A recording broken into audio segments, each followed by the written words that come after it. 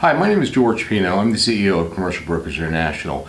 And recently I just got asked, I'm making my first investment or just made my first investment in commercial real estate. What do I do next? What should I be looking at?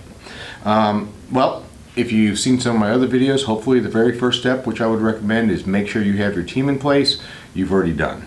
So, if not, you want to make sure that you have a good team in place for the commercial real estate, whether that is a property manager, a commercial real estate broker that knows the area very well for the leasing side of it, and then an attorney that can handle the transactions. So, very first step, make sure the team is in place. Next step is also then making the introductions. The tenants, making sure the little stuff like where they know how to pay rent, where it goes to. They know all of that. You make those acknowledgments, you send out the information, you give them copies of the lease assignments showing that you're the new landlord. The next thing to do is put in place an emergency plan of action. What I mean by that is something may happen with the building and you may not be around. What happens then? How are you going to handle that? Depending on the type of investment, you may have a property manager on site or a property manager taking care of that, but they need to have authorization to do a certain amount of work in case of emergencies or repairs that need to happen. If it's a single tenant net lease type transaction or investment, you may not have to worry about anything except have knowledge of what's going on. Either way, you still need a plan of action for what happens down the road in case of an emergency. The next step, I would say, is just taking a look at the future for the property. Don't play it by ear. Don't look at it as what is happening now is going to happen tomorrow or 6 months from now or a year from now.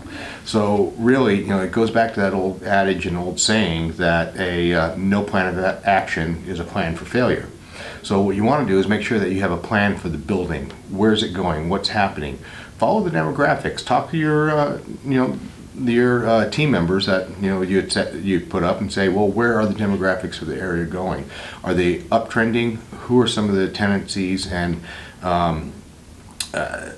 tenants or that I would like to bring in that could actually add value to the property? What do I need to do that? Maybe it's a facelift of the exterior of the property. Maybe that could be very simple. In some cases, it may just be waiting for a lease to expire and bringing in a national credit tenant that really wants to be in that area. So you want to kind of keep an eye out for that plan of action. What's going to happen? Don't take anything for granted that, oh, this tenant's doing well, they're going to just renew the lease. Even if they are doing well and they may be renewing the lease, you want to look at this as an investment because that's what you bought it for. Is that really the best tenant for what your long-term plans are? They may have been when you purchased it, they may not be 5 years from now. So you really want to take a look at the whole big picture. So the last thing to do, collect the rent, relax, reevaluate your property, the value of it, see what you can do with it, where to go with it, whether it's refinancing, potentially selling, exchanging into something else, and enjoy the time you have with it. Thank you very much for joining me. If you have any questions, please feel free to reach out at any time.